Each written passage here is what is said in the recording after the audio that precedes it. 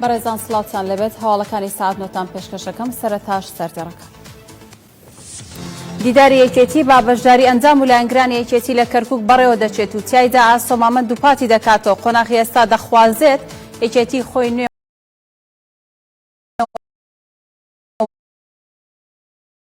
بەهێزتر بکات.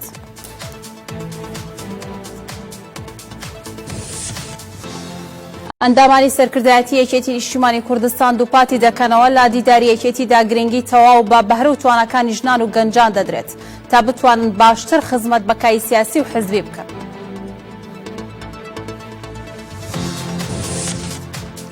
ئەندامێکی فراکسیۆنی یەکێتی لە ئەنجومەنی نوێنەران تەئکید دەکاتەوە یەکێتی پۆستی سەرۆکۆمار وەردەگرێتەوە و سازشی لەسەر ناکات.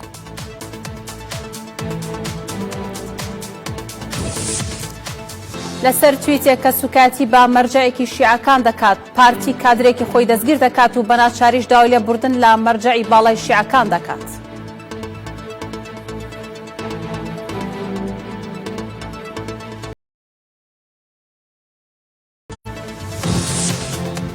فەرمانجەیەکی خۆبەخش ڕای دەگەێنێت پارتی بۆ دژایەتیکردنی لایەنەکان و بەکارهێنانیان بۆ ساختەکاری لە هەڵبژاردنەکاندا هێزی چەکداری دروست کردووە.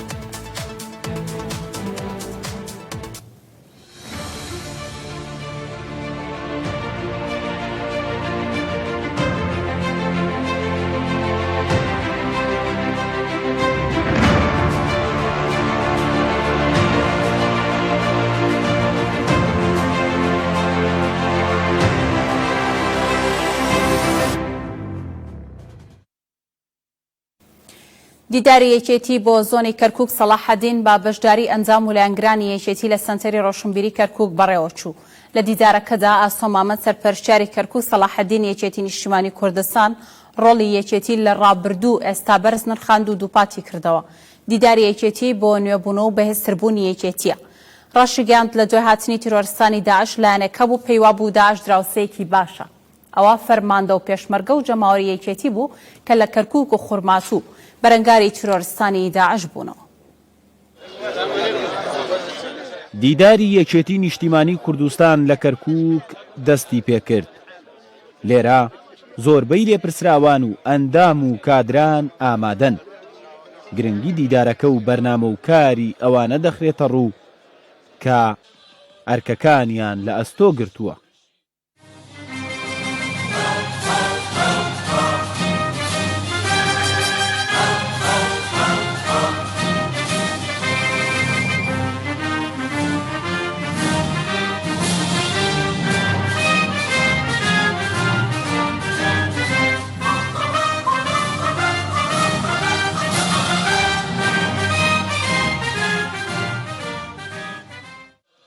لێپرسراوانی یەکێتی دەیانەوێت حزبەکان نوێبوونەوەی زیاتر بەخۆیەوە ببینێت و دیدارەکە ببێتە مینبەرێک بۆ وەرگرتنی ڕاو بۆچوونەکان.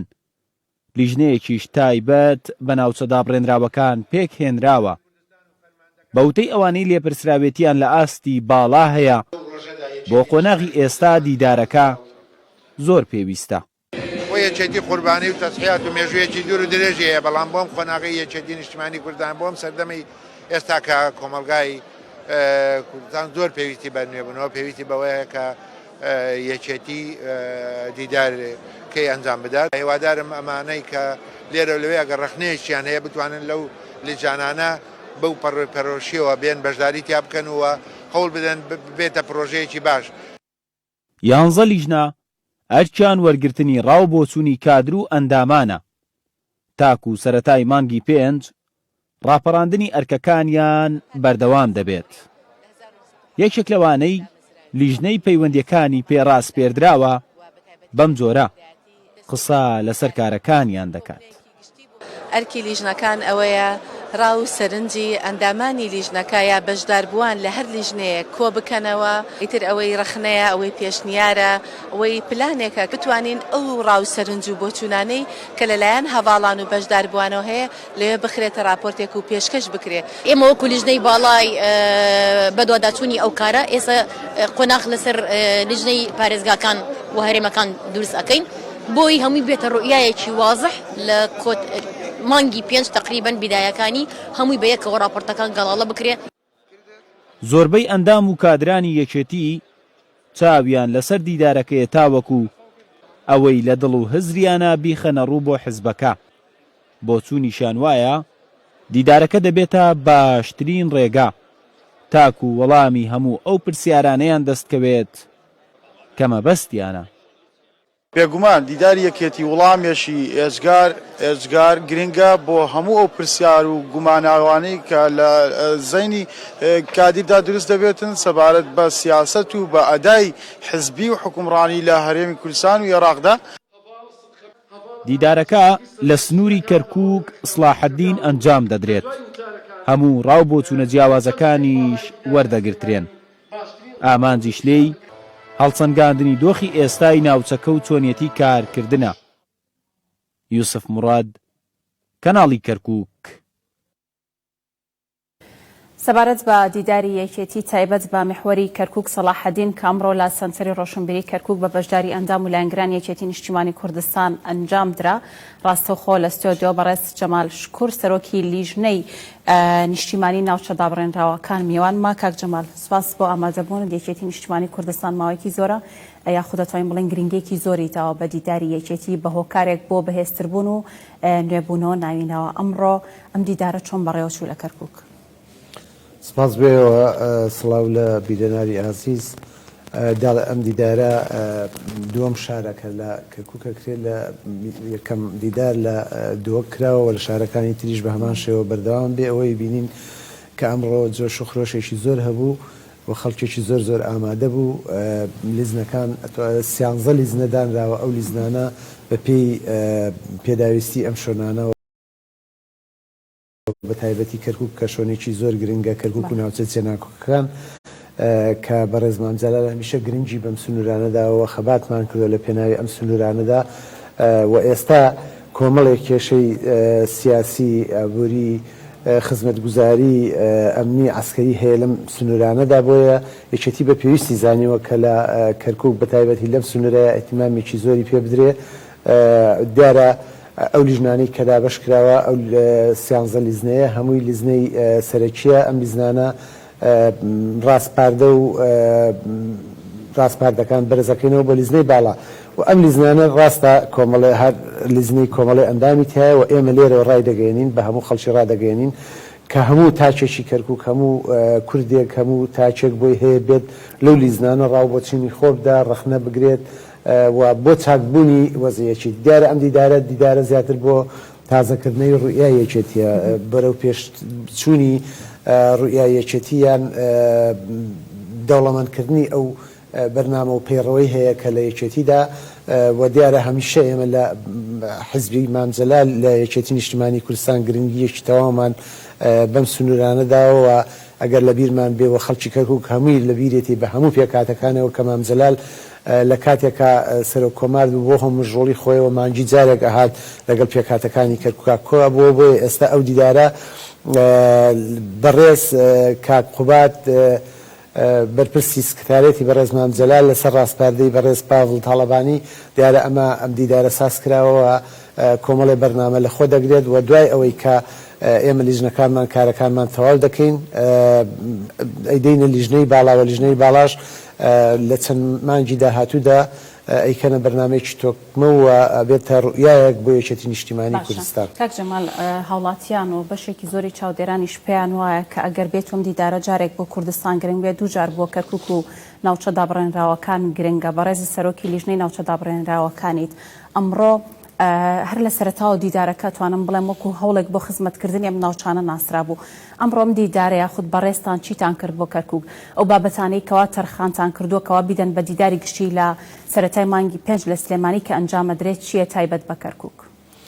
بڵێ دیارە من لێرە سوپاسی هەموو ئەو ئەندامانەکەم کە ئەمڕۆ لەگەڵمانە بەشدار بوونە وە کۆمەڵێ هەواڵ و برادری تر کە شارەزان لەو بوارەیە ئەمڕۆ نەیانتوانیەوە لە ڕۆژانی داهاتووتا بەشدارە بن. ئێمە تا مانگی 5 کۆبنەوەکانمان بەردەوامەوە لە یەکشەمەی داهاتوو دووەم کۆبنەوەمانەکەین و ئێمە هەموو ڕاپرتەکان کۆکەینەوە.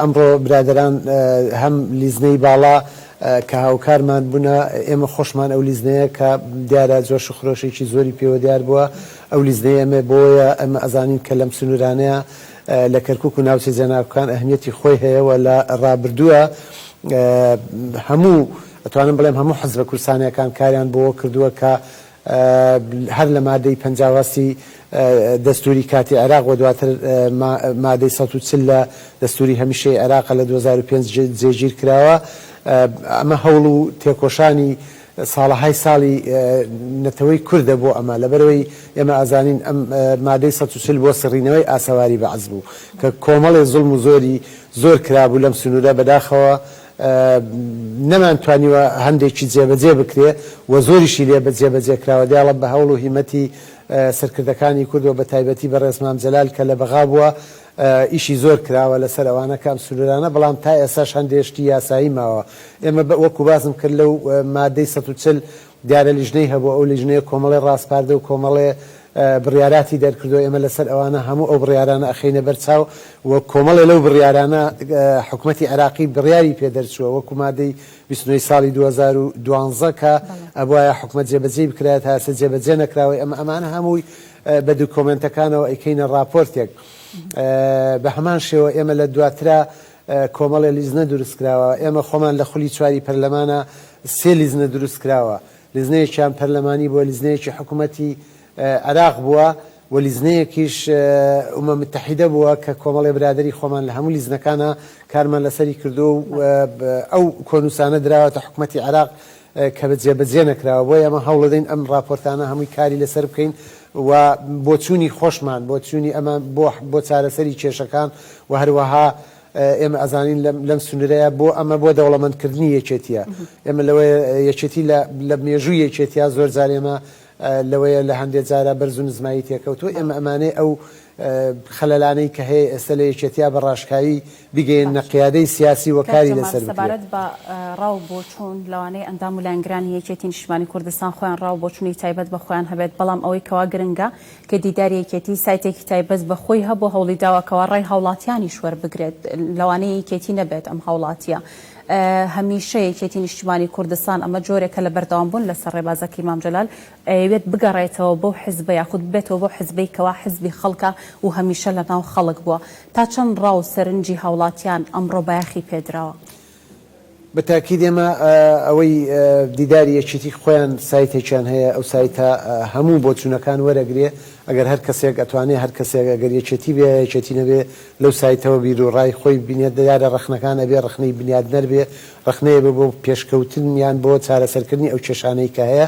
ئێمە خۆشمان ئەم لیزانەی کە لە کەرکووک هەیە بەلیسفەت ئێمەوە کە لیزنەی ناوچە جێناوەکانین و لیزنەکانی تریش بە هەمان شێوە دەرگامان کراوەیە بۆ هەر هاوڵاتیەک بۆ هەر کەسێک بێوێ لە خزمەتی کەرکووک و لە بەرژەوەندی کەرکووک و لە بەرژەوەندی میلەتەکەمان بێ ئێمە خۆمان حەزەکەین زۆرترین کەس بەشدار بێ ئەمڕۆ بەڕێز کاگە ئاسۆمامەند کە باسی ئەوەی کرد ئەم ناوانەی کە نووسراوە ئەم ناوانە هەر ئەم ناوانە نین ئێمە هەر کەسێک بێوێ لەو لیژنانە بەزدار بێ جۆ لە ڕاو بۆ چوونەکانە گرین جۆ لە راپۆرتەکانیان ڕاگرین و پێشوازی لەو خەڵکاناکەین کە بێن لەو لیژنانە بەشدار بن لەگەڵمانە هاوکارمان بن بۆی بتوانین ئەو راپۆرتانەی هەمانە دەوڵەمەندی بکەین بە هەمان شێوە ئێمە گروپێکمان داناوە هەر کەسێک بێتە لەگەڵمانە کار بکە ئێمە لەو گروپەیە توانین داخلیکەین بە هەمان شێوەی کە سایتێک هەیە لە دیداری یەکێتی لە لیژنە باڵاکەیە هەیە کە ئەوە هەموو کەسێ بۆی هەیە ڕێی خۆی بدا بۆیە ئێمە وەکو یەکێتی نیشتیمانی کوردستان بەرژەوەندی ملەتەکەمان لا گرنگە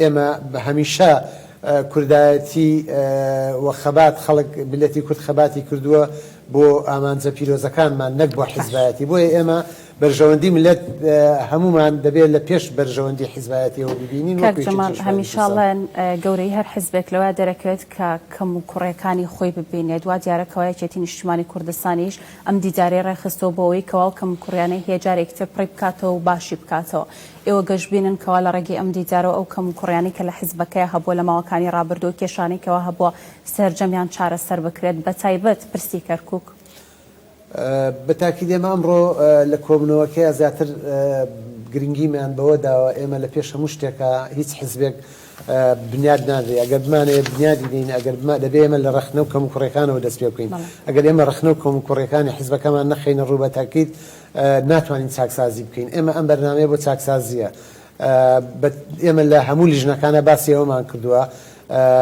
ئەگەر یەکێتی هەندێک خەلەل هەبووە یعنی بە تایبەتی ئەمە لە کەرکووک ناوچە زێناوەکان خەلەل هەبووە لەم هەڵبژاردنەی کۆتاییشە کە کۆمەڵێ تێبینی هەیە خەڵکو هەم زەماوەری یەکێتی لە دڵی خۆیان یەشێتەوە ئێمە نامانەی شتێ لە دڵی خۆمان بمێنێتەوە ئەو خەلەلانەی کە هەبووە چ لە هەڵبژاردنەکانەوە چ لە دوای کۆنگرەی چوارەوە کە هەر تێبینیەک هەبووە لەسەر یەکێتی بە تاکید ئێمە ئەبێ بە جورئەتەوە باسی ئەوە بکەین ئەبێ بە جورئەتەوە پێشنیاری بکەین بۆ حیزبەکەمان بۆیە ئێمە من لێرەوە داواکەم هەر ئەندامێکە لەگەڵ هەر لیژنەیەکا بەشدارە دید و ڕیای خۆی و ڕخنەکانی خۆی بە جورئەتەوە باز بکە یعنی ئەوە زۆر گرنگە ئێمە ساڵانێکی زۆرە خەباتەکەین بۆی ئەم حیزبە دروستکراوە ئەم حیزبە حیزبی بەڕێز مامزەلالە کە بۆ ئێمە جێشتووە مەسئولیەتی گەورەیە لەسەر یەکێتی و لەسەر ئەندامانی یەکێتی و لەسەر زەماوەری یەکێتی بۆی بتوانین ئەم حیزبە پەرە پێ بدەین نەک خوا نەخواستە بەرەو دواوە بڕە بۆیە زۆر گرنگە ئێمە ڕخنەکان زۆر گرنگە ڕخنەی بنادنەر زۆر گرنگە کە ئێمە لەم لیزنانەیە بیخەینە ڕوو و هەرچەندێک ڕخنەکان تونتر بنیان ئەو ڕخنانە بێت کە واقعی ئەمڕۆی بە تایبەتی کەرکووک نیشانەدا واقع ئەمڕۆی یەکێتی نیشانەدا یەکێتی ئەگەر خەلەلێکە بێ بە تاکید ئێمە ئەبێ بیخەینە ڕوو ئەمە دیارە بەرنامەی بەڕێز مامزەلالە کاتی خۆی هیچ لە نووسەرە بەرزەکانی ئەویش هەر کەرکوچی بوو کە ڕۆمانێکی نووسی بوو ڕۆمانەکە کۆمەڵێ دابەزی بۆ سەر سەرکردەکان و ئەوانە هەندێک لە سەرکردەکانیانەوە ئێمە عیدامی بکەینیان ڕەمی بکەینیان سزای بدەین وتی بۆ سزایدن خۆ بە قازیفە لی نەداونەوە بە قەڵم لیداون جوابی دەنەوە بۆیە ئێمەش پێویستە ڕخنەکانمان بدیان نەربێ پێویستە ئەو ڕخنانەی کە هەیە بە جورئەتەوە بتوانین ئەدایی بکەین بتوانین بینوسین و بخەینە بەردەم لیزنەی باڵا و سەرکردایەتی حیزبەکەمان. بەڕێز جەمال شکوور سەرۆکی لیژنەی نیشتیمانی ناوچە دابڕێنراوەکان سوپاس بۆ بەڕێزت کە لەگەڵم بوو. سوپاس بەێوەش.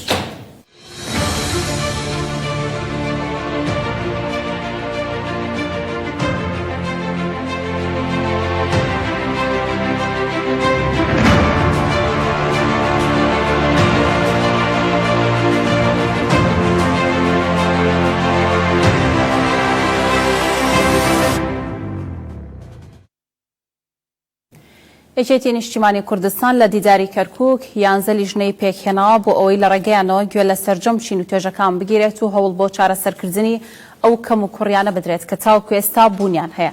کاری لیژنەکان بەرزکردنەوەی راپۆرت دەبێت بۆ دیداری گشتی کە بڕیارە لە سلێمانی ئەنجام بدرێت.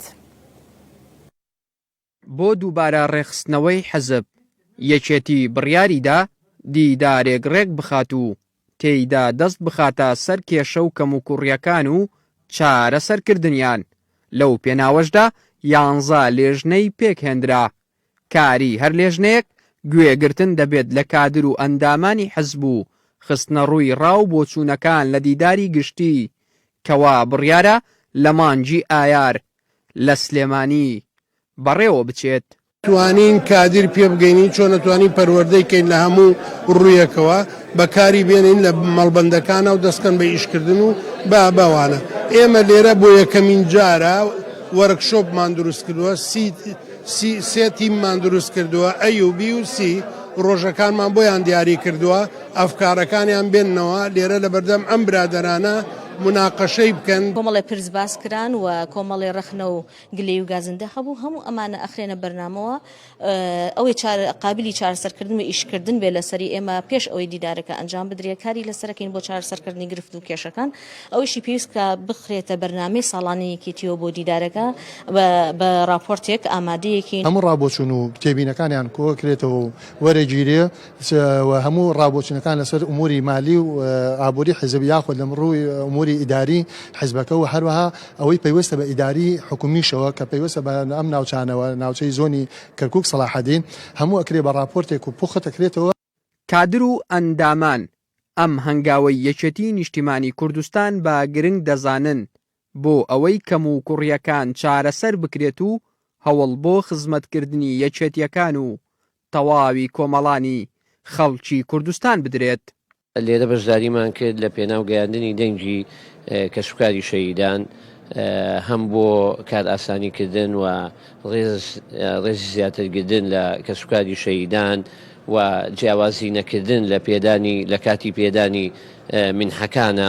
یەکێتی نیشتیمانی کوردستانی ژۆکو حزبێکی کاریگەر لە ساحەی سیاسی و ئیداری هەم کوردستان و هەم کەرکووکە بتوانێت لە چوارچەوەی پرۆژەکانی خۆیدا ئیش لەسەر ئەو چاکردنی کەم و کورتیەکان یان ڕۆیای یەکێتی لەسەر بەڕێوەبردننی ئەو دوو سێکتەرە بە تایبەتی پەروەردە و خوێندنی باڵا قسە لەسەر ئەوە دەکەین. ڕۆیمانی کوردستان هەمیشە لە گەشەکردنایە و ئەسمانەوێ ئەم جارە لەگەڵ ئەم دیدارەیە یەکێتی زیاتر گەشە بکات و ئەو خاڵان تەمەنیمەکو کەماندەمانی سەنگەر لەم لژنەیە 15 خاڵمان دەستنیشان کردووە بۆ چاکردنی کەماندەمان ژیانی کەماندەمانی سەنگەر و هاوڵاتیانی بە تایبەت ئەوانەی کە لە ناو حیزبن بۆ ڕاستکردنەوەی ئیشکارەکانی حیزب. لێژنەکان بریتین لە پەروەردەی حزبی و ڕاگەیاندن و لێژنەی نیشتیمانی ناوچە جێناکۆکەکان و دەستوری سیستەمی سیاسی هەرێم و تەندروستی و سیاسەتی کللتوری و ژنان و دارایی و پەیوەندیەکان و ڕێکخراوەکان و خوێندنی باڵا کە هەر لێژنەیەک راپۆرتێک ئامادە دەکات و لە دیداری گشتی دەیخاتە ڕوو، ئەوەش بە ئامانجی نوێبوونەوەی ڕێخستنەکانی یەکێتی نیشتیمانی کوردستان. شاڵاو عومەر، کەناڵی کەرکووک. کەرکووک وەکو جۆمین وەزگە لە دوای دهۆک کارەکانی دیداری یەکێتی تیادا دەستی پێکردەیەکێتی وەکو چۆن لە سەرەتای دروستبوونی شێوە پشت ئەستور بۆ بابەهرەکانی گەنجان ئێستاش بۆ دیداری یەکێتی پشتی تەواوی بە بەهرە و توانای گەنجان بەستووە. گەنجانیش بەڵێن دەدەن کار بکەن لە پێناو سەرخستنی دیدارەکە و لە داهاتووشدا خزمەتی باشتر پێشکەشی کایی سیاسی و حزبی بکەن.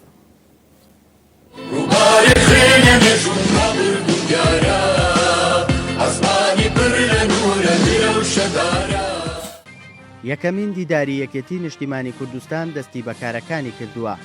لە دوای دیداری دهۆک کەرکووکیش وەکو دووەمین وێستگا کارەکانی دیدار تێیدا دەستی پێکردووە. گەنجانیش وەکو توێژێکی گرنگ لێرە بەشداریان پێکراوە. دیداری یەکێتی لە ژێر ناونیشانی یەکێتی بۆ کار دەکات بۆ وەڵامدانەوەی سەرجەم پرسەکان و لە دیدێکی دیکەشدا گەنجان بە داینەمۆی دیدارەکەدا دەنرێن. هێنانە پێشەوەی گەنج و پشتبەستن بە بەهرە و تواناکانی خوێنی نوێیە. ئەندامێکی سەرکردایەتیش دەڵێت ڕاستپاردەکانی دیدار بۆ گەنجان دەبن بە بڕیار. یەکێک لە لیژنەکانمان قسەکردن لەسەر تواناکانی گەنج و لەسەر پەروەردەی گەنج بۆ ناو ئۆرگانە جیاوازەکانی یەکێتی. هەڵبەتە هەدەفی سەرەکی و هەدەفی بنچینەی لەم هەنگاو ئەوەیە داهاتوو بە گەنج بسپێرین و هەموو هێزێکی زیندوو بۆی هەمیشە بەشێک بێ لە گۆڕانکاریەکان دەبێت بە بەردەوامی لەسەر کەیسی گەنج، کێشەکانی گەنج و داواکاریەکانی گەنج و دید و چۆڕێوانین و ڕوئیای گەنج قسە و گفتوگۆ بکات. بە دڵنیاییەوە یەکێتی نیشتیمانی کوردستان هەر لە سەرەتاوە ڕۆڵێکی تایبەتی بە گەنجداوە ئێستا ئەوە خۆتان دەبینن کە هەموو بە گروتینەوە هەوڵە درێکە کار و پرۆژەکان زیاتر بۆ خزمەتکردنی گەنجان لەسەر جەمبوارەکانە خوێنکاران لە ماوەی ڕابردووشدا بینیمان کە جەنابی کاک بافڵ ڕۆڵێکی جێڕا بۆ خزمەتکردنی چینی خوێنکاران کە ئەوانیش گەنجن. گەنجان وێڕای خۆشحاڵیان بە ئەنجامدانی دیدارەکە و گرنگیدان بە بەشداری پێکردنیان تێدا بەڵێنی ئەوە دەدەن لە داهاتوودا سەرجەم تواناکانیان بخەنەگەڕ بۆ سەرخستنی کایەی سیاسی و حیزبی و ڕۆڵی کارا بگێڕن. یەکێتی ڕۆحێکی تازە دێتەوە بەری کۆمەڵێ بەرنامەی هەیە کە ڕەنگە بۆ ساڵانی ڕابردوو گونجاو بوو بێ لە ئیستای ڕەنگە ئێمە گۆڕانکاری بەسەر حزبەکەی بێنین بۆی بتوانین لەگەڵ ئەم بارودۆخی ئیسایا بگونجین و کۆمەڵێ شتێک کە یەکێتی بتوانێت جێ خۆی تێبکات و خزمەتی هەموو توێژەکان بکە بە تەواوەتی. یەکێتی نیشتیمانی کوردستان وەکو حیزبێکی سۆسیال دیموکرات هەمیشە گەنجان تێدا ڕۆڵی گرنگ و کاریگەریان گێڕاوە و پشت ئەستور بووە بە بەهرە و تواناکانی ئەو توێژە. هەر بۆیەش لە ئێستادا کار دەکات بۆ ئەوەی زیاتر گەنجان بهێنرێنە پێشەوە و سەرکردایەتیان پێ بسپێردرێت. زانانە بەز، کەناڵی کەرکووک. یەکێک لەو پرسانەی کە یەکێتی نیشتیمانی کوردستان بەراورد بە لایەنەکانی تر هەمیشە تیایدا دەست پێشخەر و پێشەنگ بۆ پرسی ژنان و هەوڵ و تێکۆشانی و حزبێ بۆ بەدیهێنانی مافەڕاوەکانی خانمان و یەکسانی جێندەری. لا لیژنەکانی دیداری یەکێتیدا ڕۆڵی بەرچاو بە خانمان دراوە و ئەرکیان پێسپێردراوەتە خاوەنی دید و بۆچوونی خۆیان بن لە پرسە جیاجیەکاندا. لە نێو ڕیزەکانی یەکێتی نیشتیمانی کوردستاندا ژنان ڕۆڵ و بایەخی بەرچاویان پێدراوە و لە پۆستا حزبی و حکومیەکاندا بەشداری کارایان هەیە. لە دیداری یەکێتیشدا کە لە کەرکووک دەستی بەکارەکانی کرد، پرسی ژنان یەکێکن لەو بابەتانەی کە یەکێتی بە گرنگی و بایەخەوە کاری لەسەر دەکات. فلانی خۆت ئەسپاتی وجودی خۆت کردووە لەو شوێنەی تێگەیشتیە. یەکێک لەو پرسانەی کە یەکێتی بەراورد بە لایەنەکانی تر هەمیشە تێیدا دەست پێشخەر و پێشەنگ بووە پرسی ژنانە. لە لیژنەکانی ئەم دیدارشدا ڕۆڵی بەرچاو بە خانمان دراوە و ئەرکیان پێسپێردراوە. جەنابی مام جەلال هەمیشە پشتیوانی لە ژنانە کرد، هەمیشە هان دەربوو پشتیوانی لێ ئەکردین، هانی ئەیان لە کۆبوونەوەکانە تەژیعی ئەکردینەوە بێ ئێوە شان بەشانی براکانتان هەوڵ بن بۆ بخۆ پێگەیاندن بۆ ئەوەی کە ئێوەش بێنە پێشەوە هیچتان کەم نییە لە پیاوان.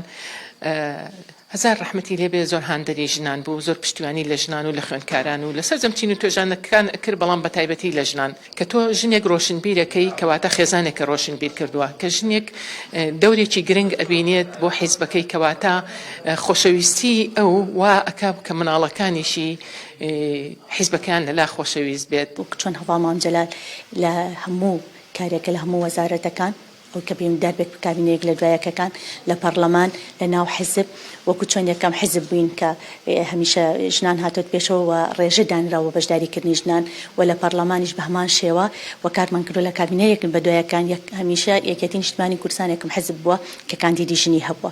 بە هەمان شێوە لەم دیدارەیە کار لەسەرەوە کراوە لە هەموو لیژنەکاندا کە پێک هاتووە ڕێژە ژنان بە شێوەیەکی بەرچاو بەشداریان هەیەتیدا و کار لەسەرەوەکەین دیدی یەکێتی نیشتیمانی کوردستان لە داهاتووە بۆ ژنان چی ئەبێ و ڕۆڵی و پێگەی ژنان چی ئەبێت. ئەم دیدارە بۆ ئەوەیە کە خۆمان ڕێک بخەینەوە جارێکی تر بچینەوە سەر ئەو بنەما گرنگانەی کە ئەم حیزبەی لەسەر دروست بووە و لەگەڵ هەلومەرج و قۆناغی ئێستایا کۆمەڵە گۆڕانکاری کە پێویستە بکرێ لە پەیڕۆ پرۆگرامی حیزبەکەمانە ئەنجامی بدەین. کۆمەڵە لیژنە هەیە کارەکەن لەسەر دیدارەکە، لیژنە هەموو لیژنەکان تا ڕادێکی باش دیدی ژن تیا جێگە ئەکرێتەوە، نەک تەنها کە بڵین مەسەلەن ژنی تیابێ، ئەو ژنانەش تیا کار دەکەن کە باوەڕیان بە مەسەلەی ژنان هەیە، دیدی ژن جێگە دەکرێتەوە لە ناو سیاسەتی یەکێتی نیشتیمانی کوردستاندا.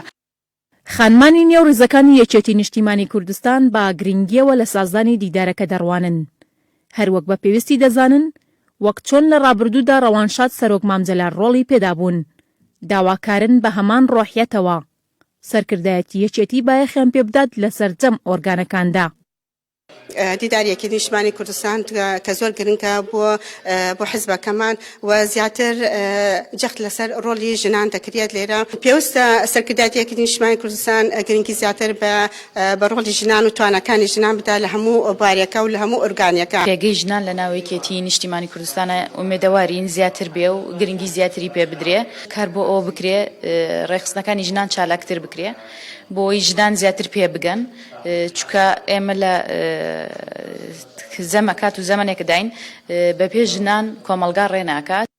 بە ئامانجی نوێکردنەوە و چاکسازی لە شوناس و کارنامەی یەکێتی لە سەرجەم بوارەکاندا دیداری یەکێتی لە کەرکووک دەستی بەکارەکانی کردو لە ڕێگەی 11 لیژنەی جیاوازەوە یەکەم کۆبوونەوەیان دەست پێکرد. ژنانیش وەک بەشێکی گرنگی کۆمەڵ و نێو حیزبیش لیژنەی تایبەتی بۆ پێکێنرا بە مەبەستی نەهێشتنی ئاستەنگەکانی بەردەم ئەو توێژە گرنگە. هەوار فارێز، کەناڵی کەرکووک.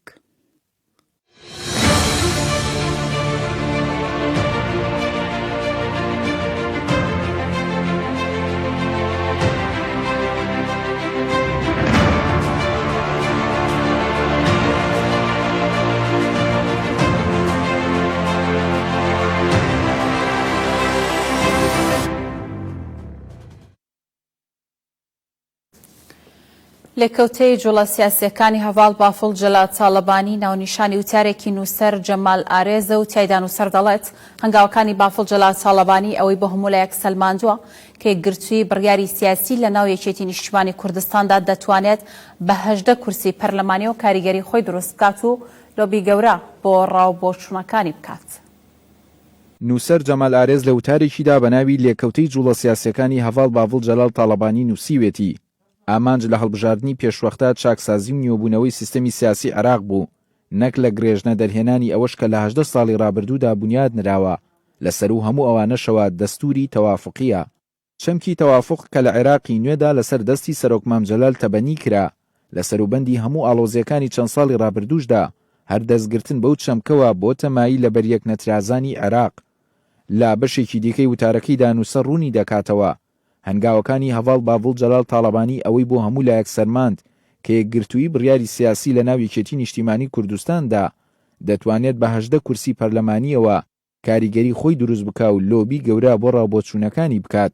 لەسەر ئاستی هەرێمی کوردستانیش کاتێک هەڤاڵ بافڵ جەلال تاڵەبانی لە کۆبوونەوەیدا لەگەڵ ئەندامانی فراکسیۆنی یەکێتی لە ئەنجومەنی نوێنەرانی عێراق دەڵێت یەکێتی هیچ ئیرادەیەکی سەپێنرا و قبوڵ ناکات.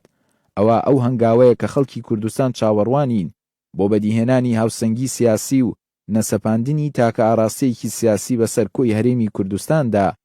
لەسەر ئاسی عێراقیش جوڵەکانی هەڤاڵ بافڵ جەلال تاڵەبانی بەو ئاراستەیەیە کە یەکێتی بە پشتبەستن بە چەمکی تەوافق و سیاسەتی چەپکە گوڵەکەی سەرۆک مام جەلال دەیەوێت کورد و هەرێمی کوردستان شەریکێکی فعلی پرۆسەی سیاسی عێراق بێ و کورد وەک سەردەمی سەرۆک مام جەلال یەکگرتوو سەنگینانە لە بەغدا بێت ببێتە پارسەنگێک بۆ هاوکێشەی عێراق نەک ببێتە سەنگێک لە تایەکی تەرازۆکە و عێراق لە بەرژەوەندی لایەکی هاوکێشەکەدا قڵب بکاتەوە. لە کۆتایی نووسینەکەیدا نووسەر دەڵێت دەکرێت جگە لە یەکێتیەکان لایەنە سیاسیەکانی دیکەش بەگشتی پاڵپشتی جوڵەکانی هەڤاڵ بافڵ جەلال تاڵەبانی بن بۆ ڕێگری لە سەپاندنی ئیرادەیەک لە دەرەوەی ئیجماعی کوردی و دەستگرتن بە چەمکی تەوافق و مافە دەستوریەکانی هەرێم لەسەر ئاستی عێراق و تێوە نەگلانی خاک و گەلی کوردستان و عێراق لە ململانێ ئەقلیمەکاندا. غەریب ئەحمەد پەرلەمانتاری فراکسیۆنی یەکێتی لە ئەنجومەنی نوێنەران دووپاتی دەکاتەوە یەکێتی پۆستی سەرۆک کۆمار وەردەگرێتەوە و سازشی لەسەر ناکەن. ئەو ئەندامی ئەنجومەنی نوێنەران ڕوونیشی کردەوە هەڵبژاردن کراوە و سەرۆکی ئەنجومەنی نوێنەران بۆ سونە بۆ سەرۆکی حکوومەت بۆ شیعە و سەرۆک کۆمار بۆ کورد و یەکێتی دەبێت. ڕوونیشی کردەوە شەقامی عێراقی لەگەڵەوەن پۆستی سەرۆک کۆمار هەر بۆ یەکێتی بێت و ئەو بابەتە یەکلا بۆتەوە ئێمە سازشی لەسەر ناکەین. ئاماژەی بەوەش کرد یەکێتی لە گۆڕەپانی سیاسی عێراقدا مامەڵەی لەگەڵ دەکرێت و قورسایی خۆی هەیە و بەشێکی زۆری پەرلەمانتارانی ڕەوتی سەدر و سونەکان لەگەڵ ئەوەن. دکتۆر بەرهەم ساڵح کاندیدەکەی یەکێتی پۆستی سەرۆک کۆمار وەربگرێتەوە و ڕێز لە ڕێککەوتنەکەیان دەگرن ئەگەر نا ئامادەن دەنگ بە کاندیدەکەی یەکێتی بدەن. ئەوەشی خستە ڕوو لایەن عێراقیەکان دڵنیان یەکێتی مامەڵەی تەندروست لە پۆستی سەرۆک کۆمار دەکات.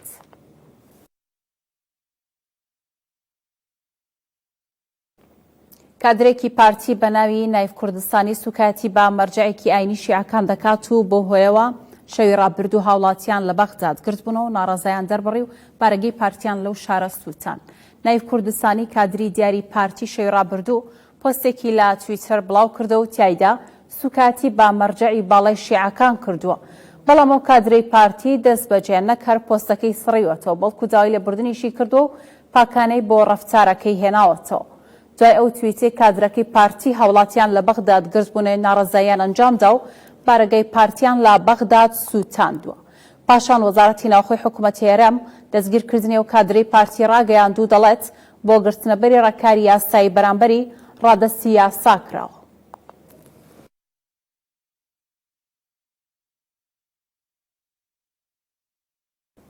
غازی فەیسەڵ فەرماندەی هێزی خۆبەخش لە سنووری قەرەچوخ دووپاتی دەکاتەوە پارتی بۆ دژایەتیکردنی لایەنەکان هێزی چەکداری دروست کردو و دروستکردنی هێزی تایبەتیش دژی بەرژەوەندەکانی خەڵکی کوردستانە.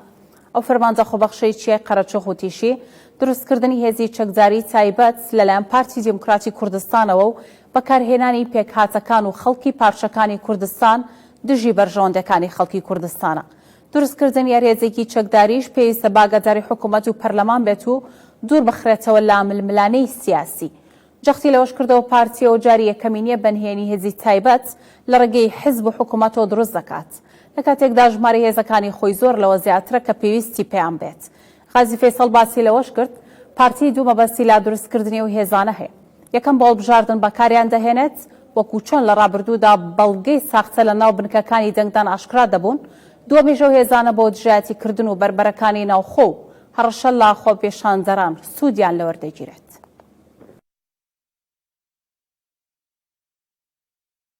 ئەماژە دەم با سەردێڕی دووەمی هەواڵەکان. بەهۆی تشڕەوی و لە دەستدانی کۆنتڕۆڵەوە شۆفێری ئۆتۆمبیلێک لە گەڕەکی کوردستانی شاری کەرکووک گیان لەدەست دەدات.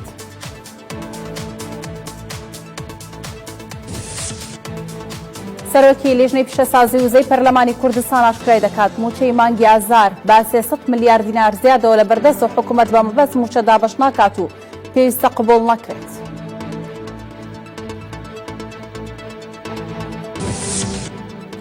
پۆلیسی سلێمانینۆ کەس با تۆمەتی بەکارهێنان و بازرگانی کردن بە ماددە هۆشبەرەکان دەستگیر دەکات.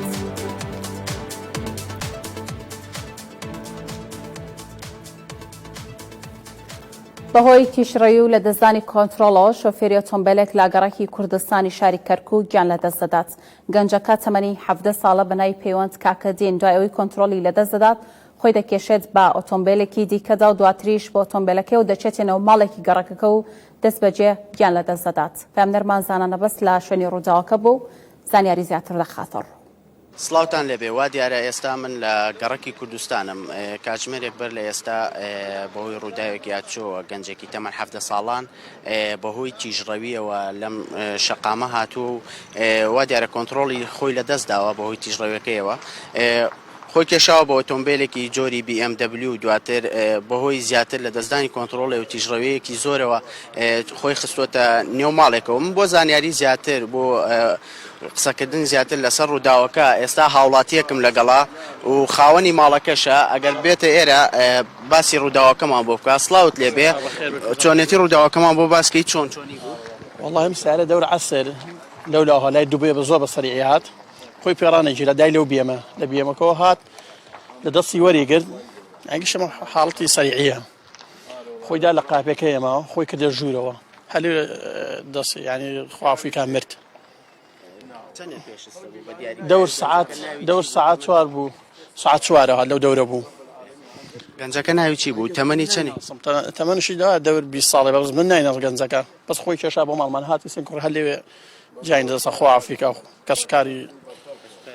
کەسکاری هات دایکی هات باوکی هات بوو کەسکاری هاتو بوون پۆلیس و نەژدە و گشتی جەماعەتی من هاتن بۆ ئێرە وڵاکاری سەریعیە ئەم سەریعین گەنجی ئێستا بەشکانەکەی گرت و بۆیە شێت فکر ناکاتەوە من لێ ماڵێکەدا ماڵ خۆی وێران کرد ماڵ خەڵکی وێران کردەوە تا خواستە بوری دایک و باوکی بدا بۆ دایک و باو خۆی ڕۆ بەس دایک و باوکی خواستە بوریان بدا بیرە قاپێکە و خانەکە لایەکشی بڕوان بەس کوڕەکە خۆی سەلامەت وایە وەڵا قاپێکەمان و ئەو پەنجەریشکان خۆی دارەپن لەخوا بەزە بیرە قاپێکە بۆ دوو قاپی بە بەس کوڕەکە خۆی سەلامەت وایە سەرچاوە خێر وا دیارە ئەوەی ئەم هاوڵاتیە باسێکە هاوڵاتیەکە بەهۆی تیژڕەویەوە لە دەستدانی کۆنتڕۆڵێەوە نەیتوانیوە زیاتر کۆنتڕۆلی خۆی بکە و کۆنتڕۆلی لە دەستداوە کێشایەتی بە ئۆتۆمبیلێکی جۆری BMW وەکوەوەی ئەی بینن ئێستا شوێنەواری ڕووداوەکە بە ماڵەکەەوە دیارە بەداخەوە ئەو شۆفێرە گیانی لە دەستداوە ئەگە وێنەگرەکە هاوکارم بێ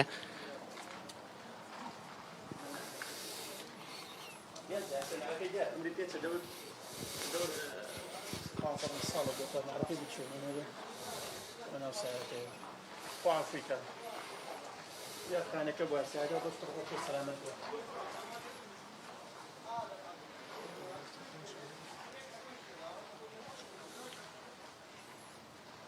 لە پەنجەرەشی تاوە ئەو قاپی حەوشێ نەبووایە ئەتا ژوورۆ ڕوانەستا فکر قاپی حەوشە تێتە مەزبوط قاپی حەوشێنە خۆی ناوی تایرە یوتە چۆن پەنجەرەشکاندۆ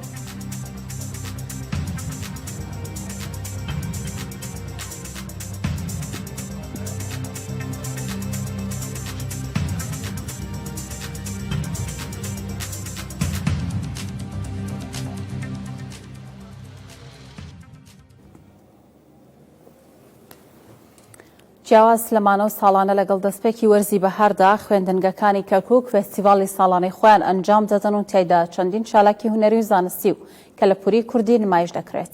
ئەمەش بە مەبەستی ئاشناکردنی خوێندکاران با کللتور و دابوونەریت و خواردنی کوردەواری. لە چەند خوێندنگەیەکی کەرکووک فستیڤاڵی ساڵانە بەڕێوە چوو.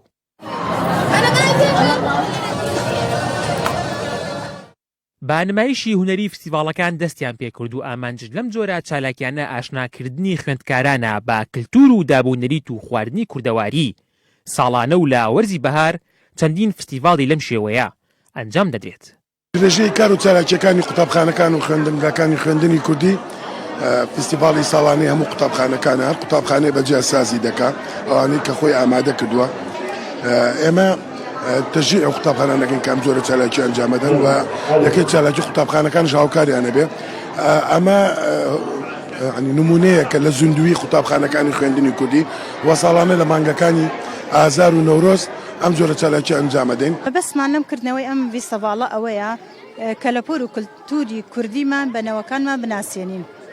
چونکە ئەم نەوانە ئێمە ئەڕۆین و بەجێ هێڵین ئەوان لە دوای ئێمەون بۆەوەی کللتوری باو باپیرانمان بزانن چییە. لەوانەیە هەنە شتیان بۆ باز بکرێت لە زمانی کوردی و دوایش بچنە کولەی ئادابی کوردی نەزان ئەو شتانە چییە. ئەبێ ئێمە لە ئێستاوە کە لە قۆناغی سەرەتاین ڕایان بهێنین و ناساندنیان بکەین بۆ ئەو شتە فۆلکلۆریانی کە هەمانە. نمایشی زانستی بەشێکی دیکە بوو لە چالاکەکانی فستیڤاڵی دواناوەندی هۆزان کە لەلایەن خوێندکاران و مامۆستایانی خوێندنگەکەەوە ئامادە کرابوو با مەبەستی ئەنجامدانی بابەتە زانستیەکان با شێوەیەکی پراکتیکی. ئێمە ساڵانە هەڵەسین بە فستیڤاڵێکی هونەری و زانستی بۆ زیاتر ئاشناکردنی تەلەبەکان و خوێندکارەکانمان بە بابەتە زانستیەکان بۆی زیاتر لە نزیکەوە کارلەکان بینێ بابەتەکان ببینێ یاساکان ببینێ خۆی بەدەستی خۆی دروستی کە ئەکی دوانی وەکەوە نییە کە لە ناوپۆلای خوێنێ زیاتر بۆ دوورکەوتنەوە لە خوێندن و تاقیکردنەوە و کتاب و دەفتەر و بۆ ئەم شێوانە. بەڵام 2 ساڵی پێش و دابڕین لەم فستیڤاڵانە لەم چالاکیانە بۆ نەی پەتای کۆڕۆنەوە لەخوا بەزیاد بێ و سپاس بۆخوا ئەم ساڵتوانیمان ئەوەی سەرشانمان بوو کردمان. و خوێندنگاکانی کەرکووک فستیڤاڵی ساڵانی خۆیان لە وەرزی بەهاردا ئەنجام دەدەن. چەندین چالاکی هونەری و زانستی و کەلەپوری کوردی تێدا نمایش دەکرێت و خوێندکاران بە دابوونەریتی کۆنی کورد ئاشنا دەبن. دیار تاڵێب، کەناڵی کەرکووک. سەرۆکی لیژنەی پیشەسازی و زەر لە پەرلەمانی کوردستان ئاشکرای دەکات بە پێ و بە دوواداچوونانەی کردوێتی لە ئێستادا موچەی مانگی ئازاری فەرمانبەران بە 300 میلیارد دینار زیادەوە لە بەردەست حکوومەتە و پێویستە خەڵک قبوڵی نەکات دابەشکردنی موچە دواکەوێت. علی حەمە ساڵح سەرۆکی لیژنەی پیشەسازی و زە لە پەرلەمانی کوردستان لە کۆنگرەیەکی ڕۆژنامەوانی ڕایگەیاند. لە ئێستادا حکوومەت هێرەم داهاتی ناوخۆ و 200 میلیارد دیناری عێراق و 550 میلیۆن دۆلاری نەوتی لە بەردەستدایە و بە مەبەست موچەی مانگی ئازار دابەش ناکات. بۆ ئەوەی تا پێش دەژن 2 موچە دابەش نەکات و پلانی هەیە لە سەرەتای مانگی نیساندا دەست بە دابەشکردنی موچەی مانگی ئازار بکات و تا کۆتایی ڕەمەزان 1 موچە دابەش بکات. مانگی 2 داهاتی نەوت 488 میلیۆن دۆلار بووە، واتە 37 دۆلار لە هەر بەرمیلێ مایەوە. بەڕێزان لە ئێستادا دڵنیاتانەکەمەوە ئێستا بەڵگەکانی شەخەمە ڕووبۆتان داهاتی پێویست هەیە بۆ ئەوەی موچەی مانگی سێ بدرێت. چۆن؟ مانگی پێشوو کە نرخی نەوت تێکڕای برێن 97 دۆلار بووە 488 میلیۆن دۆلار دراوە بە موچە، واتە 37 دۆلار بۆ هەر بەرمیلێک. ئەم مانگە نرخی نەوتی برێن تێکڕا گەشتوەتە 170 دۆلار. بۆیە بە هەموو حساباتێک بە حساباتەکەی سەرۆکی حکوومەت کە لە ساڵ چلوویەکە تر باسی خوڕبەڵە و هیچ شوێنێکی تریش نەکەین 550 میلیۆن دۆلار ێستا پارەی نەوت حازرە. لە داهاتی ناوخۆت تەنیا 50 میلیۆن دۆلار پێویستە. هەولێر 28 میلیۆن و نیو بدا کە بەس برایم خەلیل 50 میلیۆن دۆلارە جگە لە 200 میلیارەکەی بەخا. واتە داهاتی ناوخۆ و نەوت بە زیاد دۆبەشی موچێکە جگە لە 200 میلیارەکەی بەغدا کە دەتوانرێت بۆ پرۆژە بۆ خزمەت گوزاریەکان بۆ تەرفیع بۆچی بەکار بهێنرێ. بەڵام بەداخەوە نیەتەکە ئەوەیە لە 3 مانگەوە موچە دەست پێ بکە بە خاوەخاو بڕوا درێژ بکرێتەوە تا بگاتە 15 مانگ و دواتر خاو بکرێتەوە بۆ ئەوەی نەتوانرێ یان نەیکەن پێش ڕەمەزان 2 موچە بدرێت پێش جەژن. لە کاتێکە بە حساباتی خۆیان ئێمە نا 600 ملیۆن دۆلار بۆ موچە پێویستە، بەس نەوت 550 ملیۆن دۆلارە. پۆلیسی سلێمانی دەستگیرکردنی 9 کەسی بە تۆمەتی بەکارهێنان و بازرگانیکردن بە مادەی هۆشبەرەوە ڕاگەیاند. لەو ڕۆ بەڕێوەبەرایەتی پۆلیسی پارێزگای سلێمانی ڕاگەیاند دوای بە دوواداچوونەکانی بنکەی پۆلیسی وارماوە بۆ دەستگیرکردنی کەسانی لە یاسا دەرچوو توانرا لە چەند چالاکیەکی جیادا 9 کەس بە تۆمەتی بەکارهێنان و بازرگانیکردن بە مادەی هۆشبەرەوە دەستگیر بکرێن. پۆلیسی سلێمانی ئاشکراشی کردووە تۆمەتبارەکان لە ڕەگەزی نێرومێن و بەناسنامە کوردن و توانراوە لە ناحەی عەربەت و گەڕەکەکانی هوانە و کانی کوردە و سەرچنار لە شاری سلێمانی دەستگیر بکرێن و بەشێک لەو تۆمەتبارانە لە کاتی بەکارهێنانی مادەی هۆشبەردا دەستگیر کراون. پۆلیسی سلێمانی ئاماژەی بۆش کردووە لە کاتی دەستگیرکردنیاندا دەستگیراوە بەسەر بڕێک مادەی هۆشبەر لە جۆرەکانی هیرۆین و دەرزی هیرۆین و شیشە و کەلوپەلی بەکارهێنانی مادە هۆشبەرەکان.